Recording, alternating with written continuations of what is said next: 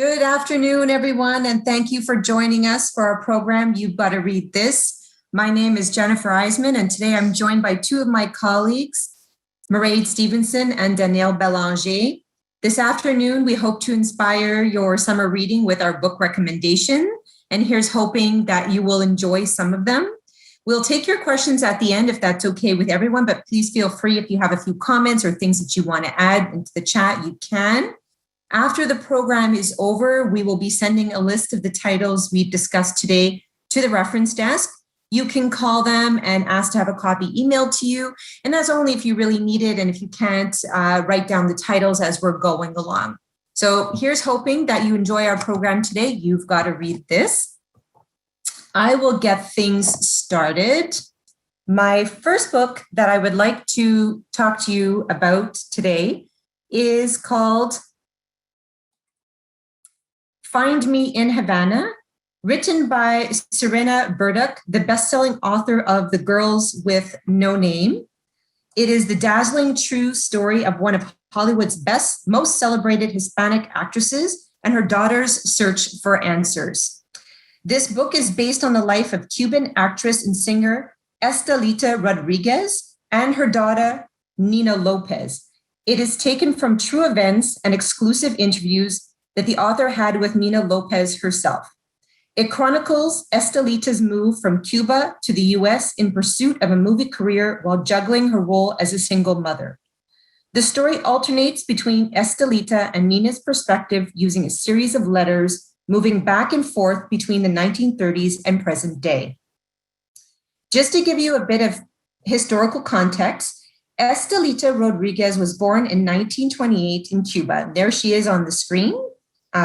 She was an actress that was known for the movies Rio Bravo in 1959, The Golden Stallion in 1949, and Belle of Old Mexico in 1950.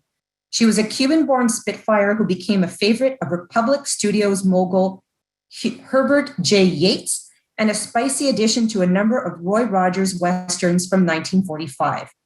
While preparing to star in the life story of Lupe Valles, Estelita Rodriguez was found dead in her kitchen in Los Angeles.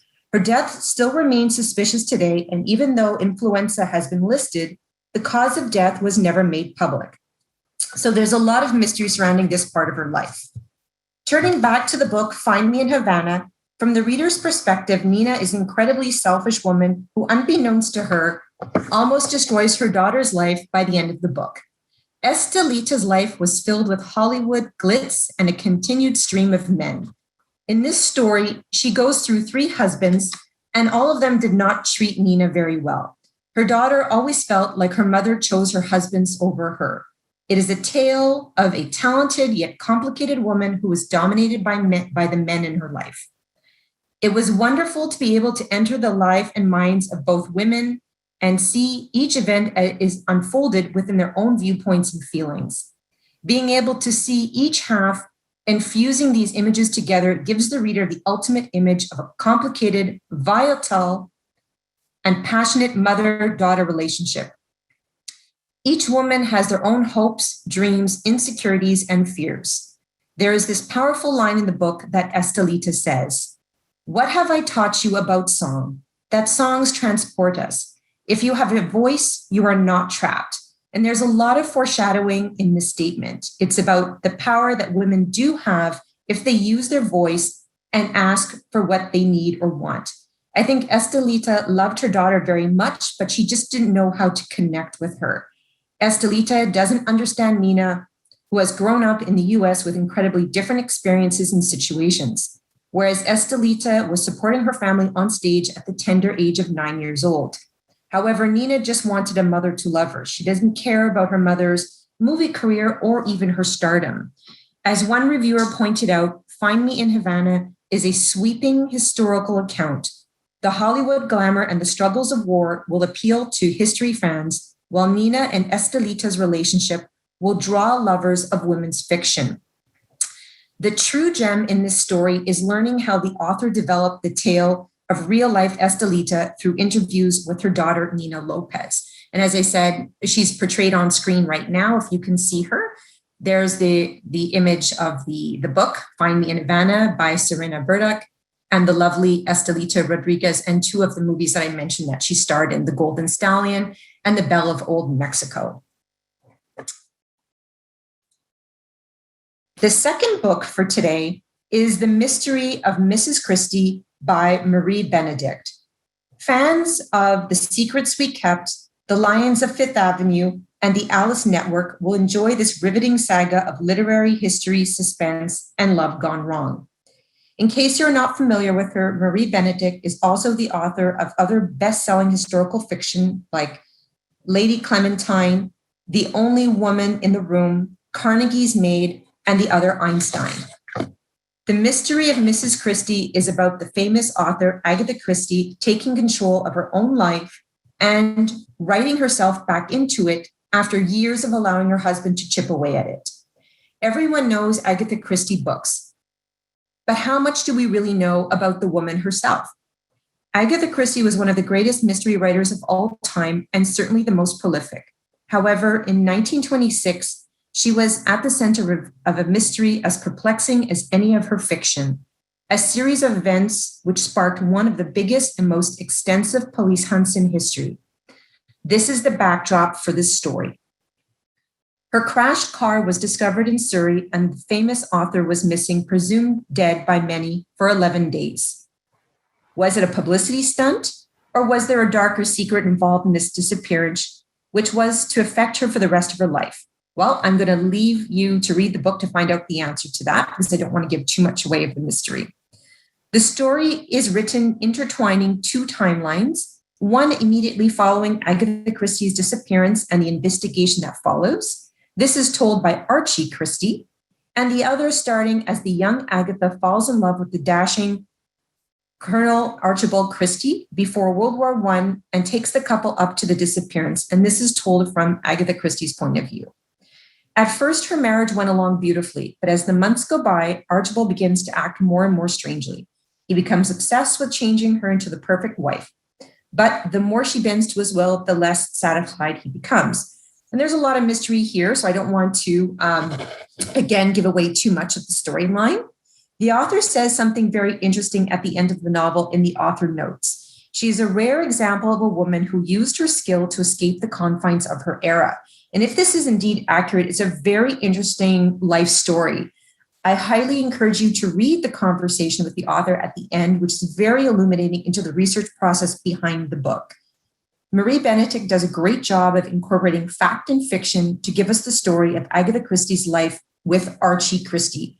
She uses history and tools from Christie's own writing to tell us a story of what might have happened. And it isn't until the very end that I realized just how cleverly this story is told. So if for whatever reason you get impatient with it at the beginning, please give it its due diligence and read it to the end. And as I said, really read through the author's notes at the end. They're very, very interesting and illuminating. I knew a lot about the writer, Agatha Christie, but I didn't know too much about her life story. And wasn't even aware that she had written an autobiography, which is quite interesting. My final book for today is The Rose Code by the reigning queen of historical fiction, Kate Quinn. She is New York Times bestselling author of The Huntress and the Alice Network. In her latest novel, The Rose Code, she returns with a fantastic World War II story of three female code breakers at Bletchley Park and the spy they must find after the war is over. When I got the book, I have to say I was really daunted by the fact that it was 624 pages. And I'm just going to let that sink in. 624 pages. That's a huge book. But I have to say I was pleasantly surprised, though. The Rose Code just swept me away on this journey through time. The author did a magnificent job of portraying the characters and their lives. I became so immersed in the story, and before you knew it, it was over. And I think this is a true tribute to the author's power as a storyteller. The Rose Code deals with two time periods, the first starting in 1940 and the second taking place in November 1947. In 1940, three women come together and become the closest of friends because of the nature of their work. These women are recruited to work as female code breakers at Bletchley Park, and they are tied together by the secrecy of their work, knowing the Official Secrets Act of 1939 prevents them from speaking to anyone about what they do. The very need for such secrecy throws these women into a friendship as nothing else could. There is the wealthy debutante Ulsa, who is in a relationship with Prince Philip of Greece. Then there's the hardened and bold Mab, who has pulled herself up by her bootstraps to give herself an education. And finally, there is brilliant but shy, timid Beth, whose mother has demeaned her so much that she thinks she's dumb and worthless. A disaster eventually tears the women apart, and they stop speaking to each other for several years, until one of them sends a message to the other that there is, or was, and there still is a spy in their former code-breaking group. Near the beginning of the book, there's a very interesting line. Are not there little chapters in everybody's life that seem to be nothing and yet affect all the rest of history? This really does set the tone for the whole book and foreshadows everything else to come. The coming together of these three women was so meaningful to all of them, and then something happens that throws it all into question. And then you, the reader, are left with the profound sense of emptiness and the realization how certain friendships are very important to you, and they really do shape the rest of your life. The last sections of the books are tense, action-packed, and will have you on the edge of your seat. I highly recommend this novel to all lovers of historical fiction. You will experience a wonderfully engaging story based on fact. The author, Kate Quinn, clearly does her homework, and she paints a vivid image of what life might have been like working as a code breakers during the war. Be sure to read the author's note at the end, where she goes into more detail, including the very interesting fact that a certain member of the current royal family has ties to the code breakers at Bletchley Park. This is by far the best historical fiction I've read in a very long time. So those are my three picks for today, which, to recap, were Find Me in Havana, The Mystery of Mrs. Christie, and The Rose Code. So as you can see, the running theme here was historical fiction featuring real characters or events. Hopefully one of them will appeal to you, but if not, I have a couple of other reading suggestions that I'd like to leave you with. These are on my books to discover, or if you will, summer reading list, however you want to look at it. So the first one here is called Squeeze Me, and these I'm going to go through rather quickly. I'm just going to give you a little bit of a brief synopsis and why they maybe would appeal to you over the summer. The first one is Squeeze Me by Carl Hiaasen. This is from the best-selling author of Skinny Dip and Razor Girl. It's a hilarious new novel of social and political intrigue set against the glittering backdrop of Florida's Palm Beach and revolves around a missing Palm Beach socialite, a wildlife wrangler, and the First Lady. So you're thinking pink pearls, a python, and philandering president.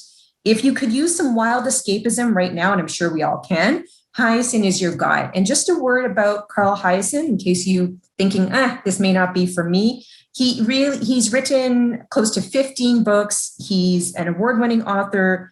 He is based out of Florida. He has his own newspaper column, and I think it's called the Florida Herald.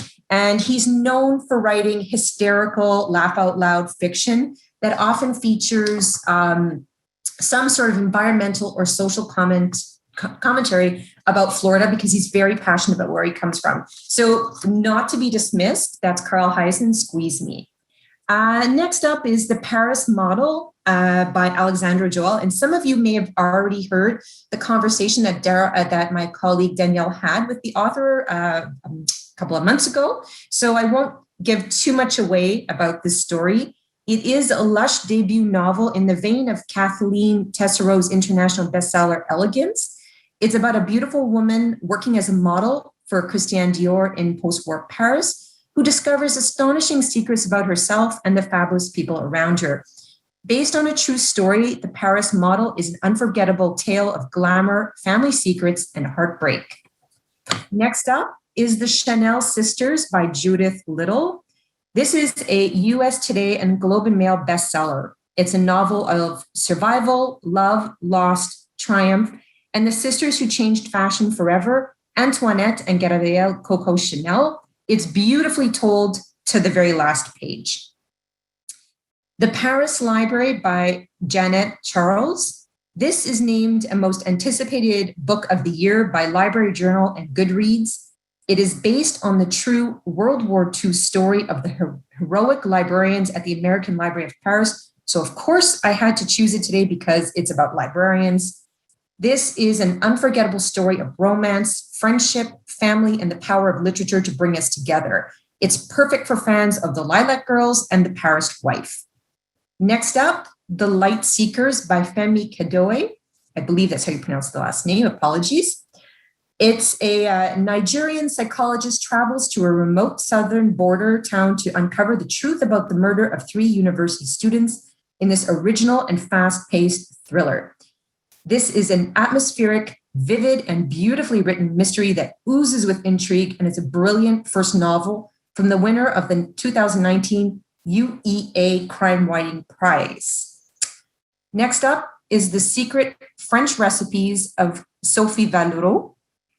It's about a disgraced chef rediscovers her passion for food and the roots in this stunning novel, rich in culture and full of delectable recipes. It's a sparkling debut novel, an enticing culinary tale will appeal to romance fans and foodies alike. So if you see this running theme here of food and historical fiction, well, I guess you've guessed my reading interests. Next on the list is Hades, Argentina by Daniel Lodell. A decade after fleeing for his life, a man is pulled back to Argentina by an undying love. If Lodell's plot sounds like high romance, it is until it isn't. He's deftly navigates the underbelly of an oppressive regime where ghosts of the past mingle with survivors. It's a debut novel as impressive as they come. It's tough, it's wily, and it's dreamlike. And with an impressive list of reviews to its credit, this book is one to pick up.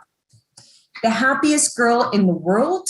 This is from the acclaimed author of Mercy House. Comes a gripping new novel about a young woman's dreams of Olympic gymnastic gold and what it takes to reach the top.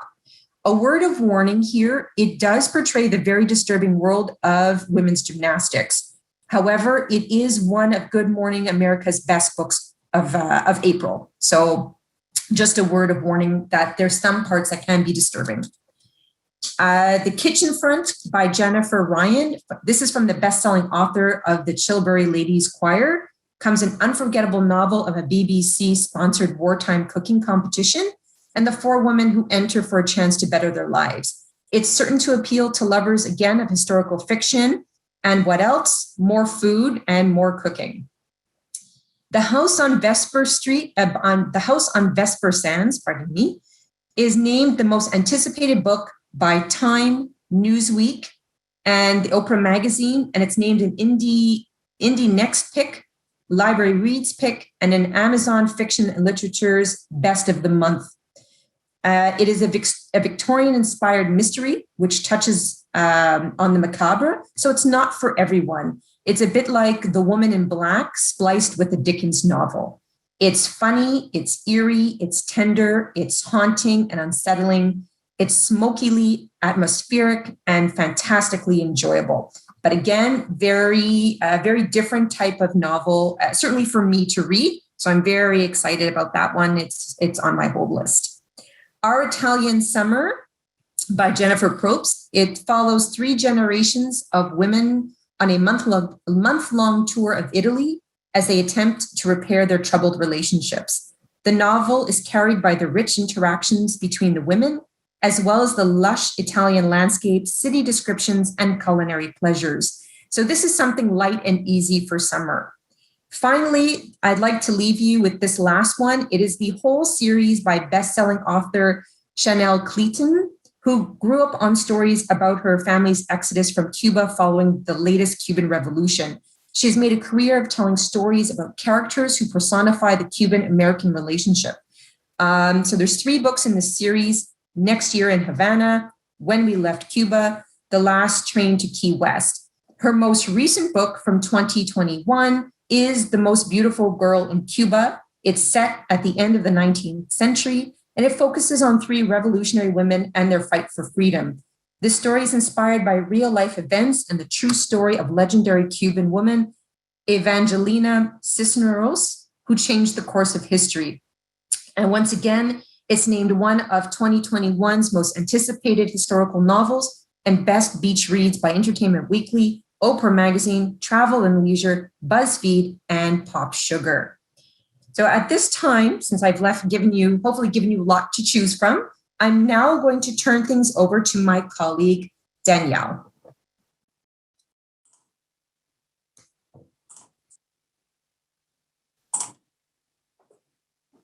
Thank you so much, Jen. So you've definitely given us a lot to think about and a lot of great reading suggestions. Thank you. So now it's my turn. I'm excited to share a few recommendations with you for your summer reading. Two of the four authors that I will mainly be focusing on, I'll also be hosting next month on August 11th and August 25th. So the four major titles that I'm going to be speaking to you about a little bit are, try to show my screen here, Of Women and Salt by Gabriela Garcia, The Other Black Girl by Zayika Delilah Harris, Things I Learned from Falling by Claire Nelson, which is a memoir, and Malibu Rising by Taylor Jenkins Reid. So to begin with, it's a bit of a segue of what Jen was just talking about, because there is some of Cuba in this one. So the first one I'd like to talk about is Of Women and Salt by Gabriela Garcia. Gabriela Garcia is the recipient of a Rona Jaffe Foundation Writers Award and a Steinbeck Fellowship from San Jose State University. Her fiction and poetry have appeared in Best American Poetry, Tin House, Ziziva, Iowa Review, and elsewhere. She received an MFA in fiction from Purdue and lives in the Bay Area. Of Women and Salt is her first novel. Here's a synopsis. In present-day Miami, Jeanette is battling addiction. She's determined to learn more about her family history and her reticent mother, a Cuban immigrant named Carmen, and makes the snap decision to take in the daughter of a neighbor detained by international customs enforcement.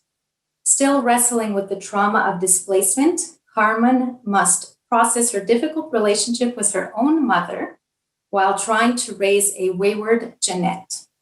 Steadfast in her quest for understanding, Jeanette travels to Cuba to meet her grandmother and reckon with secrets from the past destined to erupt. A Good Morning America pick for April, an instant New York Times bestseller that resonated with so many readers, this novel reminds us that immigrant stories are all of our stories.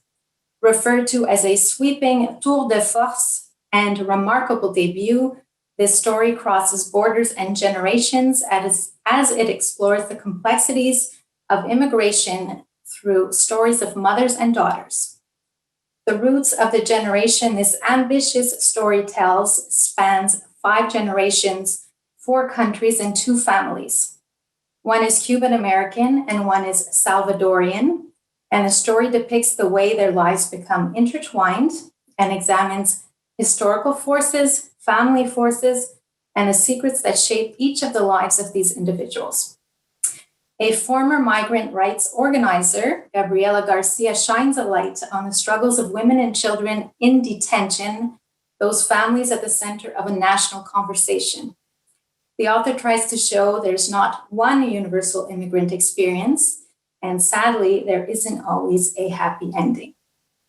So the appeal factors in this one for fans of Hispanic fiction, of family sagas, and even more specifically of mothers and daughters relationships, and people who love thought-provoking reads, as well as those who are drawn to stories that span across different timelines and locales. The second recommendation I'd like to share with you is The Other Black Girl by Zayika Delilah Harris. Zayika Delilah Harris spent nearly 3 years in editorial at Knopf Doubleday before leaving to write her debut novel, The Other Black Girl, which I have right here and has a beautiful cover with some shimmering blue. Prior to working in publishing, Zayika received her MFA in creative writing from the New School. Her essays and book reviews have appeared in Cosmopolitan, Guernica, and The Rumpus. She lives in Brooklyn. You'll get a more in-depth account of her story when I interview her in late August. So stay tuned for that, please. Here's a synopsis of the book. 26-year-old editorial assistant Nella Rogers is tired of being the only Black employee at Wagner Books. Fed up with the isolation and microaggressions, she's thrilled when Harlem-born and bred Hazel starts working in the cubicle beside hers. They've only just started comparing natural hair care regimens, though, when a string of uncomfortable events elevates Hazel to office darling and Nella is left in the dust. Then the notes begin to appear on Nella's desk. Leave Wagner now. It's hard to believe Hazel is behind these hostile messages, but as Nella starts to spiral and obsess over the sinister forces at play, she soon realizes that there's a lot more at stake than just her career.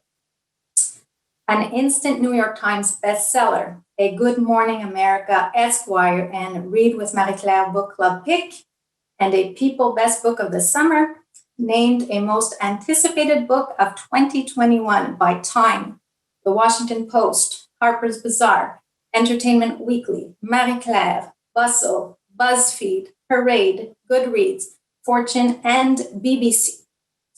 Described as Get Out meets The Devil Wears Prada, this electric debut is about the tension that unfurls when two young Black women meet against the starkly white backdrop of New York City book publishing.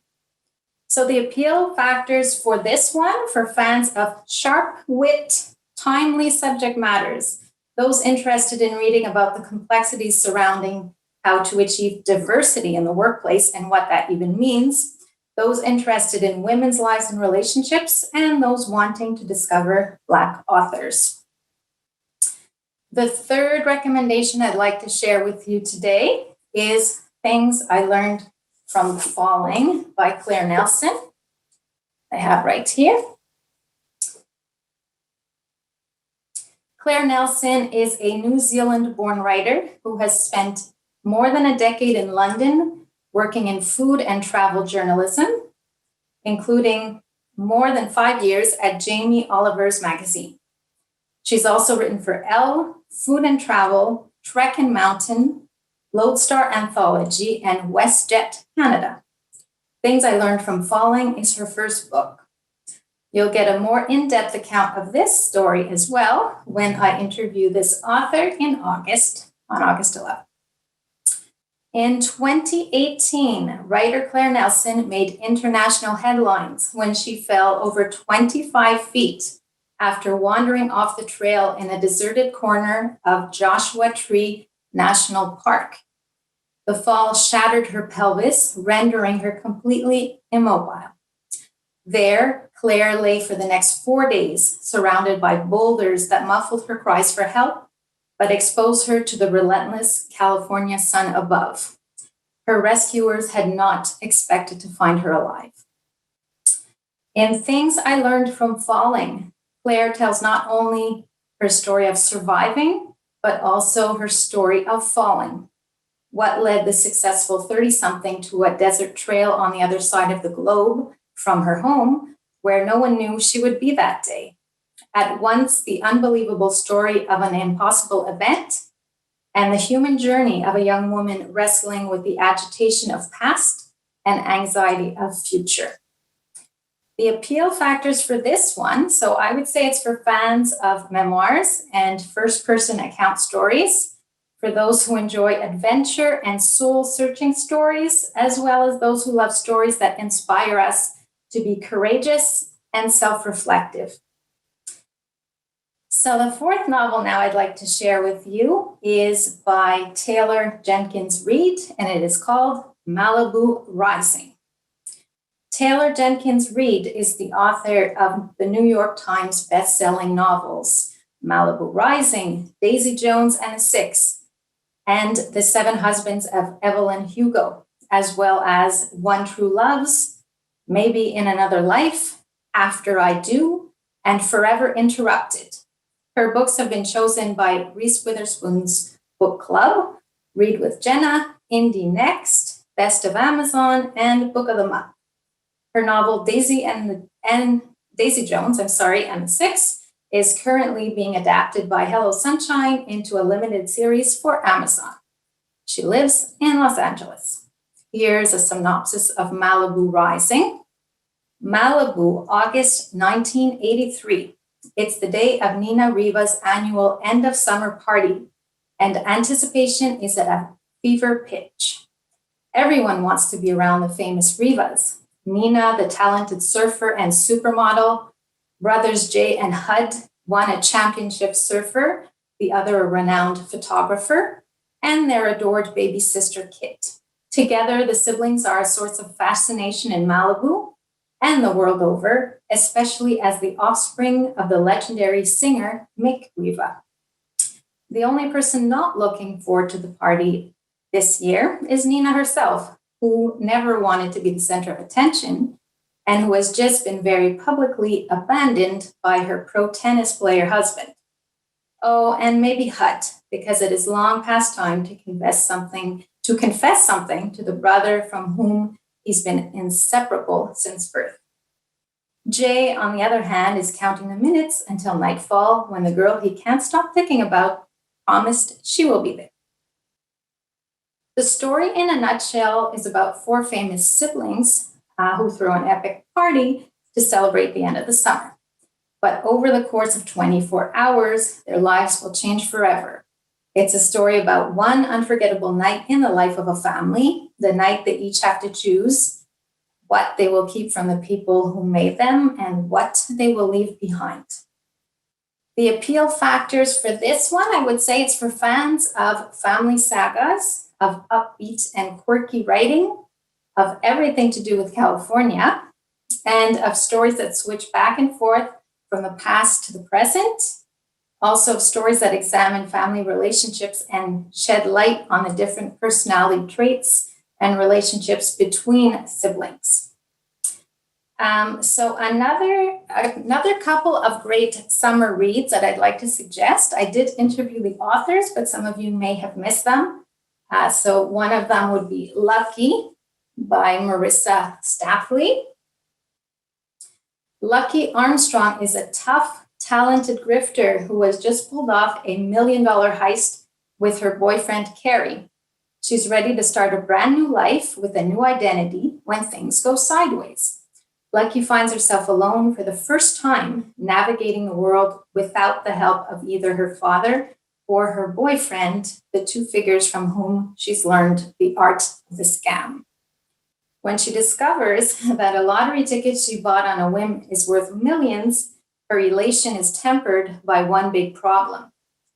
Cashing in a winning ticket means the police will arrest her for her crimes. She'll go to prison with no chance to redeem her fortune. So a great read. If you haven't picked it up yet, please put your name down on the list for it. And the other one that I felt was very summery, and I don't have it in front of me now, but it's Good Company by Cynthia D'Aprix-Sweeney. So Flora Mancini has been happily married for more than 20 years, but everything she thought she knew about herself, her marriage, and her relationships with her best friend Margot is upended when she stumbles upon an envelope containing her husband's wedding ring. The one that he claimed he lost one summer when their daughter Ruby was only 5 years old. Flora and Julian struggled for years, scraping together just enough acting work to raise Ruby in Manhattan and keep Julian's small theater company, Good Company, afloat. A move to Los Angeles brought their first real career successes, a chance to breathe easier, and a reunion with Margot, now a bona fide television star. But has their new life been built on lies? What happened that summer all those years ago, and what happens now? So a great one, Good Company. If you haven't read it, definitely put your name down for that one. And Jen gave a few of recommendations, not the same ones, but if you are also a fan of historical fiction, the ones that I would recommend are, the first one would be the one by Kristen Harmel, The Book of Lost Names. Inspired by an astonishing true story from World War II, a young woman with a talent for forgery, helps hundreds of Jewish children flee the Nazis in this unforgettable historical novel. And there's a beautiful love story at the center of it. The next one is by Julia Kelly. It's The Last Garden in England. Reminiscent of Kate Morton's The Lake House and Kristen Harmel's The Room on Rue Amélie, The Last Garden in England explores the connections that cross time and the special places that bring people together forever. As always, Julia's highly researched novel provides rich historical details that promise to transport the reader. And the last one that I will share with you today, to also give our colleague Mereaid some time, is by Jennifer Robson, and it is called Our Darkest Night. It is the autumn of 1943, and life is becoming increasingly perilous for Italian Jews like the Mason family. With Nazi Germany now occupying most of her beloved homeland and the threat of imprisonment and deportation growing ever more certain, Nina has but one hope to survive. She must leave Venice and her beloved parents and hide in the countryside with a man she has only just met. So a beautifully written, painstakingly researched novel. Definitely the Jennifer Robson book, Our Darkest Night, I recommend. Thank you so much. And now I will pass it over to Mereaid. Thank you.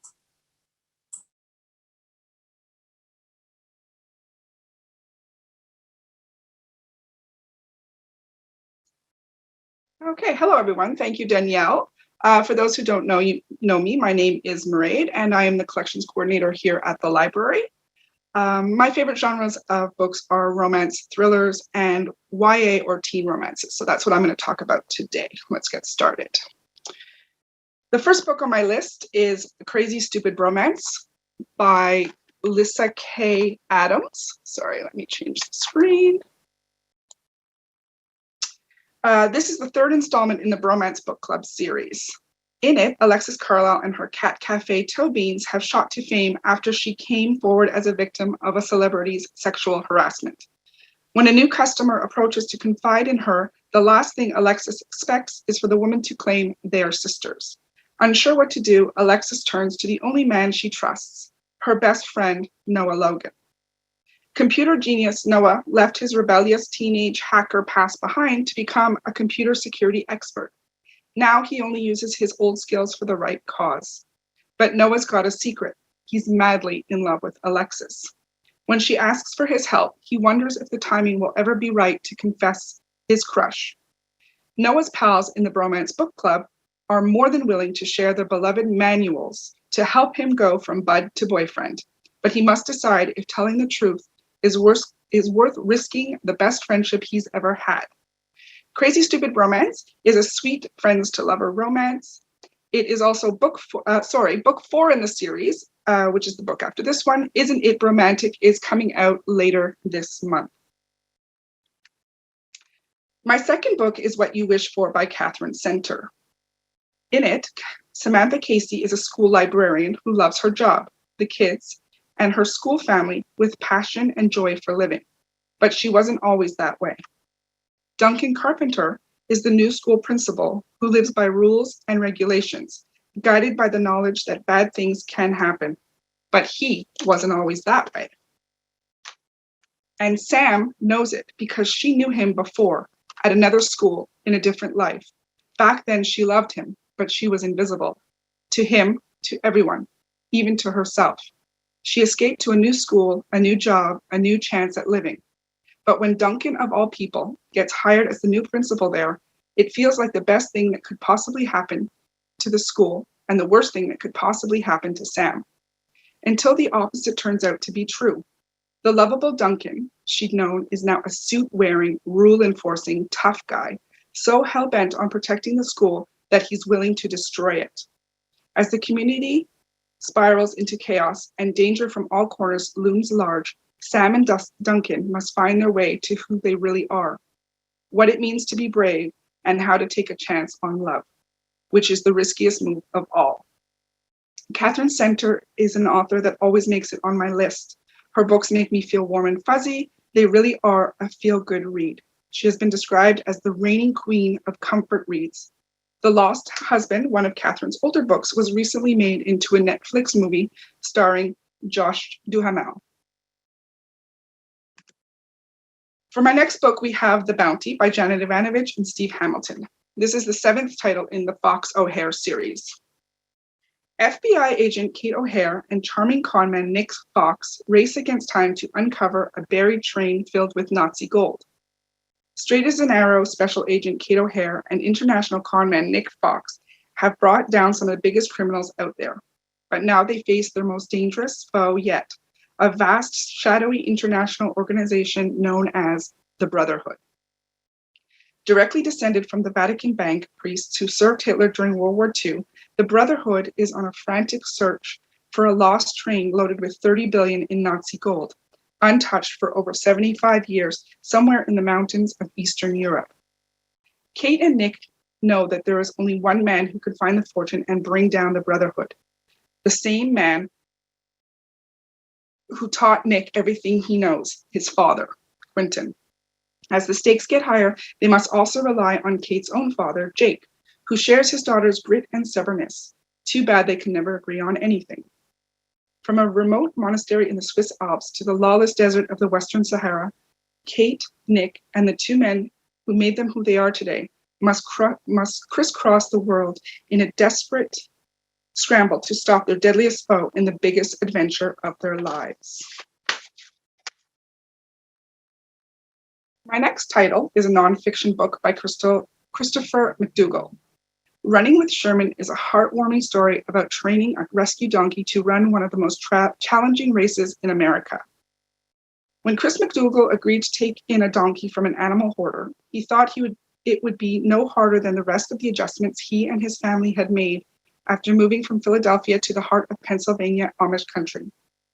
But when he arrived, Sherman was in such bad shape he could barely move, and his hair was coming out in clumps. Chris decided to undertake a radical rehabilitation program designed not only to heal Sherman's body, but to heal his mind as well. It turns out the best way to soothe a donkey is to give it a job, and so Chris decided to teach Sherman how to run.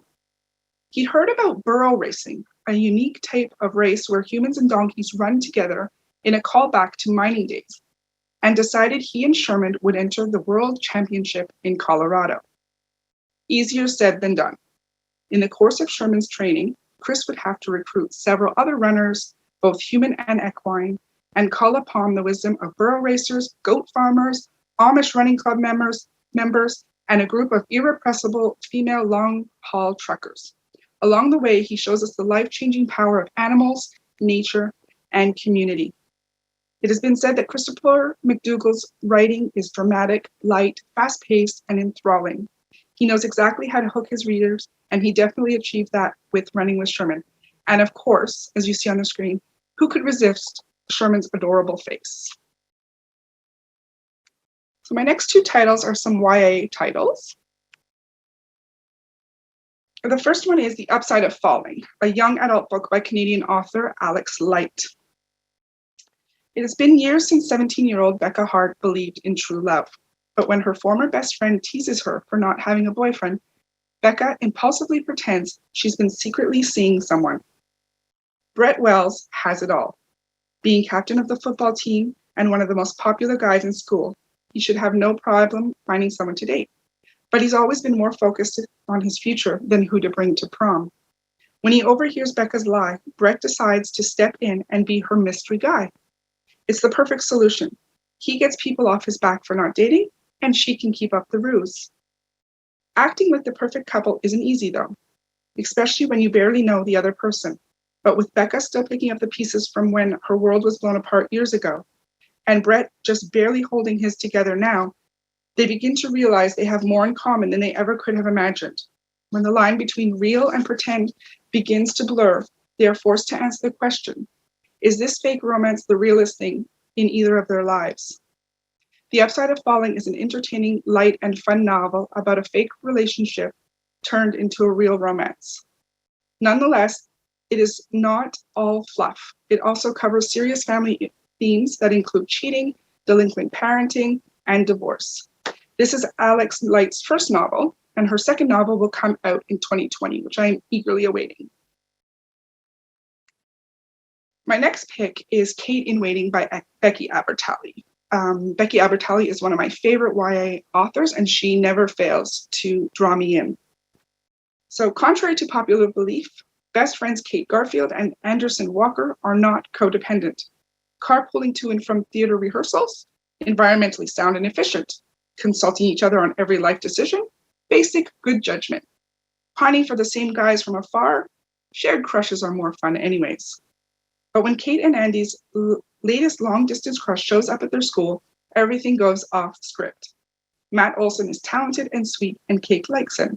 She really likes him. The only problem? So does Anderson. Turns out communal crushes aren't so fun when real feelings are involved. This one might even bring the curtains down on Kate and Anderson's relationship. Oops. Sorry, I went too fast there. So the next titles on my list are books that I have not yet read, but they are on my to-be-read list, which I'm sure all of you have one, and it gets longer every day. So the first one on my list is Rosalind Parker Takes the Cake by Alexis Hall. This is a delicious romantic comedy by the best-selling author of Boyfriend Material, perfect for fans of Christina Lauren and Abby Jimenez. Boyfriend Material, which was the book before this one, written by Alexis Hall, got my vote for best book of 2020. The next one on my to be read list is Yes, I Love You by Ronnie Loring. Yes, I Love You is a complex story with lots of heat. A woman who's battling her anxiety, a man who seems too good to be true, and a sizzling connection built over sweltering New Orleans nights, and an emotional climax that will have them both bearing it all. In Anne of Manhattan by Brenna Starler, Lucy Maud Montgomery's classic tale, Anne of Green Gables, gets a romantic, charming, and hilarious modern adaptation set in New York City. NPR says if you grew up reading Anne of Green Gables, you won't want to miss Brenna Starler's Anne of Manhattan, a contemporary retelling of the classic love story. Starler brings in many of the high points of the original series, and she delivers the snap and spark between Anne and Gilbert, as well as his slow burn love for Anne. Like the original, this isn't a story of two people falling in love. It's about two people realizing they've been in love the whole darn time. Next pick. A lone astronaut must save the Earth from disaster in this incredible new science-based thriller. Part scientific mystery, part dazzling interstellar journey, Project Hail Mary is a tale of discovery, speculation, and survival, while taking us to places it never dreamed of going. The author, Andy Weir, is the best-selling author of The Martian, which was made into the film starring Matt Damon and was highly successful. The next one, the New York Times best-selling writer duo of The Honeymooners return with a witty and effervescent novel about what happens when two people with everything on the line are thrown together by silent science, or is it fate? Soulmate Equation by Christina Lauren is perfect for fans of the Rosie Project and 1+1. My next few titles are young adult titles.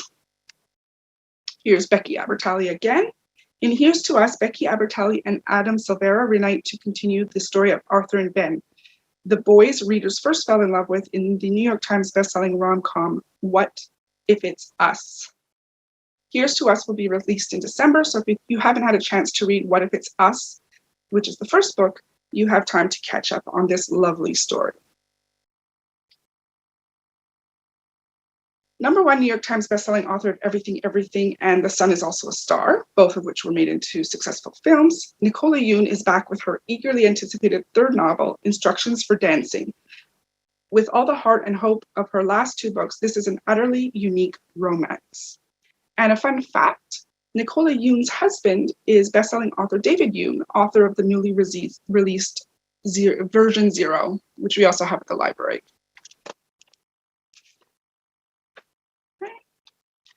And the last book on my to-be-read list is Faux, a faux love story by Lone Lee. In this funny, smart, romantic comedy, Two Vietnamese American teens fall in love and must navigate their newfound relationship amid their family's age-old feud about their competing neighborhood restaurants. So that is the end of my list. But before I go, I just wanted to mention that if you like a good romance as much as I do, we have a romance book club at the library called Between the Covers. We meet the last Monday of the month, and our next meeting is in August. So if you're interested in putting a little more romance into your life, you can email me at mstevenson@cote-saint-luc.org, and I will get back to you. Thank you.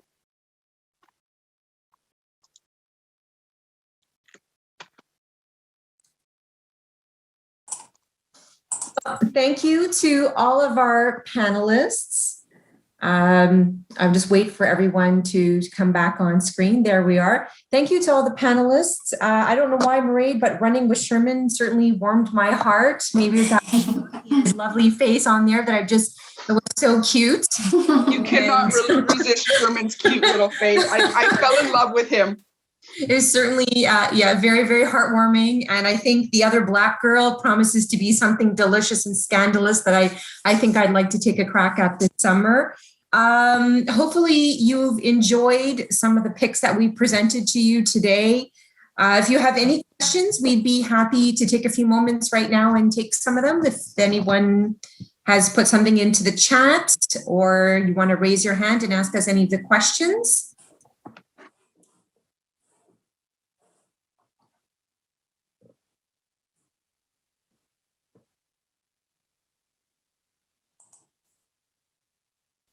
There's a raised hand. Toby, please unmute yourself and ask your question.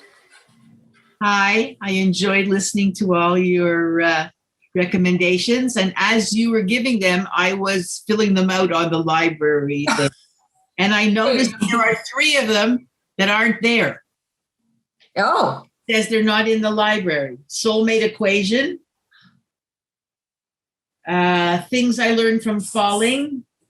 And the Chanel Sisters. Soulmate Equation is definitely at the library. I believe I have the library copy at my house. So well, that's probably why. It's definitely in there, though. Okay. Well, it said no, but okay. I'll keep trying. The Chanel Sisters is there because I just picked it up yesterday. Right. Yeah. But And Toby, I'll make sure that the library orders this one as well. All righty. Thank you. Thank you, Toby. There is 2 questions. Marcy is asking, will you send a list of books to everyone who wants it? Yes. So regarding the list of titles, I know because we gave you so many today. You can reach out to the reference desk. You can call them and we can email you the lists. That way it would probably be a lot faster because I don't think we have everyone's email who's here with us today. Okay, and you answered the second question because it was the same thing. Oh. Mhm. I see another question. Roseanne, please ask your question to the ladies. Unmute yourself and ask a question, please.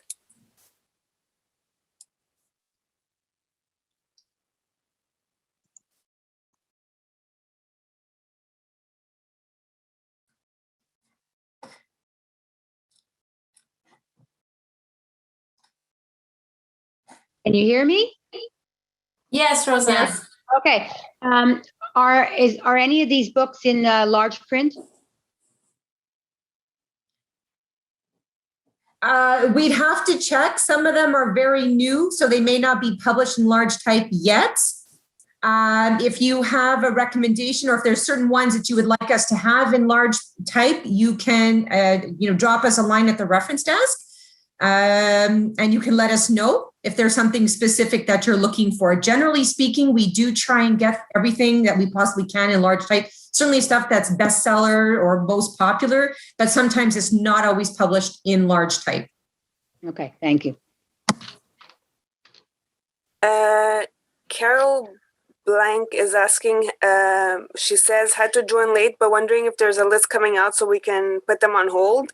You answered that question. Then she says, great session as usual. Thanks, ladies.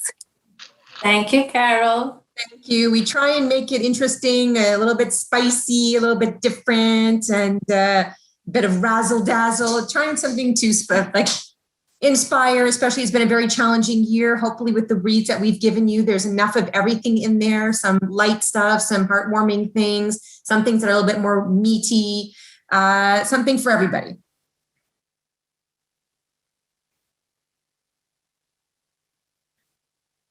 I think that's it. Carol's asking again. She's asking another question. Are any titles available on Hoopla? Ooh, that's a good question. I'd have to check. I'm not sure, to be honest with you, Carol. I'm not quite sure yet. Some of the ones maybe that are more popular, maybe. Some of the ones that are just newly released, I'm not entirely sure. We'd have to check. We can check and get back to you.